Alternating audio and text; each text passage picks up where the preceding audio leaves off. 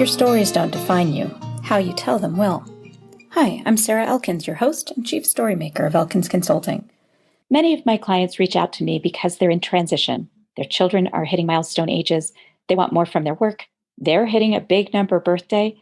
And they want to develop clarity about their natural strengths, what their next adventure might look like. In this series, you'll hear me ask my guests questions to dig deeply into the stories that shaped their lives, stories that uncover patterns and may unveil insights into dissatisfaction, and also where their strengths lie and where they found and continue to find joy. This podcast's intention is to have listeners think of their own related stories and how they tell them, discovering the internal messages that are limiting their success, and discovering how to shift their stories so they become positive life lessons to move them forward. If you're curious about what it would be like to work with me, visit elkinsconsulting.com and schedule a one-time 90-minute StrengthsFinder session. Episode 206, The Strange Sensation of Holding Space for Conflicting Emotions. I'm realizing more and more that when we allow others to help us in our times of need, it's an incredible gift of compassion. Maybe you know this already, and I think I knew, but I had never quite put words to it. What a crazy few years we've experienced in our global community. Life is generally full of contradictions and conflicting feelings, but wow, these past couple of years have been especially interesting. I've experienced moments of clarity, joy, and satisfaction, mixed regularly with tragedy, grief, and frustration. And I know I'm not alone in this. For a few years now, I've been thinking about how to hold space for what appear to be conflicting emotions. Feeling joy and grief in the same moment, sensing love and anger in the same words and expressions, understanding fear and excitement are two sides of the same coin. With my friends, family, and clients, I've been exploring the ability to hold space for these seemingly conflicting emotions, to value those contradictions, and to honor them. The U.S. Thanksgiving this year provided me an incredible and clarifying aha moment. Most people who know me know that I don't believe in a light bulb moment. I believe all of these moments are kind of on a dimmer switch.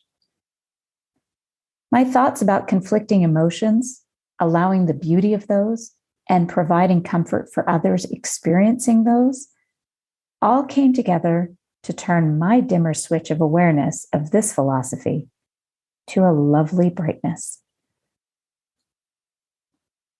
In the spring of 2021, a dear friend was diagnosed with an aggressive form of breast cancer. She's in her mid-30s and has 2 small children at home. After seeing me post pictures of my hair donation, she reached out to let me know she wanted to cut her hair to donate before she started treatment, and she asked me how I did it. I sent her a text message. I can send you all the details, or if you'd like my company, I can go with you for the haircut. I'll make the arrangements for you. No obligation. I'd just like to participate if you don't mind. In the 2 days before her appointment, I found a journal to give to her, bought a special pen, and started writing down music, anthems, for her to begin a playlist for her journey. The day arrived and I met her at the salon with the gifts. An envelope for her hair donation was addressed and ready to go to the Children with Hair Loss nonprofit, along with the completed form they required and a check from me, a donation in honor of my friend. Together, we made this experience kind of a celebration, a part of her journey. And as much as I knew she appreciated my enthusiasm and support, I couldn't shake the feeling that I was somehow being selfish in my actions. And the weird thing was that it wasn't the first time I had that feeling of selfishness when helping someone else. In early November, we lost a close friend to COVID. At only 53, he left a legacy of love, fierce loyalty, and incredible mischief in his two amazing kids, 17 and 20 years old. He also left a gaping hole in our community, especially for the mother of those kids. A week before the holiday, I sent a text to her inviting the family to share Thanksgiving with my family. She graciously accepted.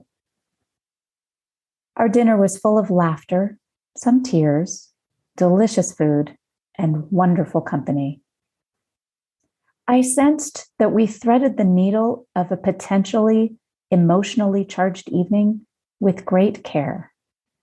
We toasted the guest who should have been at the table, acknowledged the grief of that loss, while also infusing conversation with laughter. Our two boys, close friends to the two who lost their father, were warm and compassionate hosts, making me so proud. The next day, I received a beautiful note of gratitude and again felt that twinge of selfishness. This time, though, I took time to explore it. I took a nice long walk with my dog, and as my lungs filled with fresh mountain air, I realized what I was experiencing. There is nothing more painful than watching someone you love suffer. Nothing. How many times have you thought or heard someone say, "I'd trade places with them in a second," referring to the experience of watching a child or loved one in significant pain? That's right. I'd trade places in a second with our younger son when his appendix was removed when he was 8, and he was in excruciating pain when the medicine wore off. When our older son was heartbroken after a breakup, I wished I could physically absorb some of his pain to lessen its effect. There's a helplessness about that kind of experience when there's nothing I can do or say that will make things better. It's awful.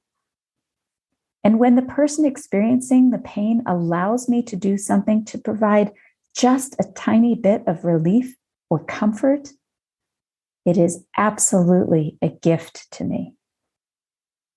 That's it. That's the weird selfish feeling. It also feels contradictory. By accepting our invitation to join us for dinner, by accepting my help in the beginning of my friend's cancer journey, when others have allowed me to bring dinner to them and their families when they're struggling, they're giving me a huge gift.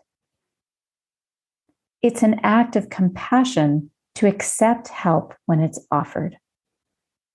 I'm going to say that again. It is an act of compassion to accept help when it's offered.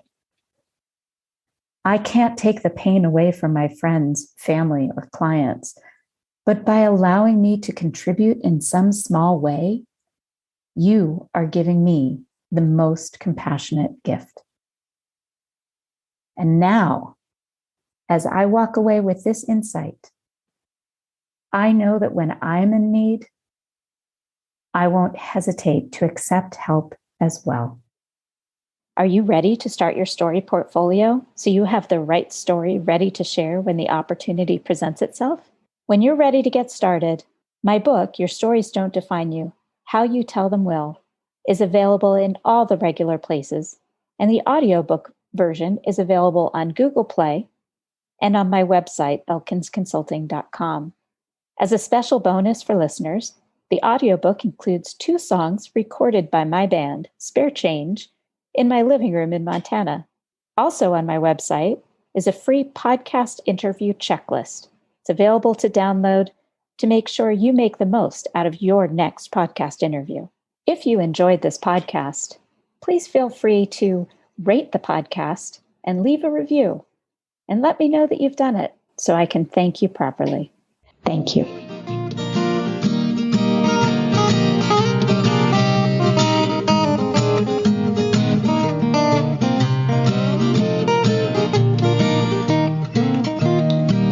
Now listen to me, honey, while I say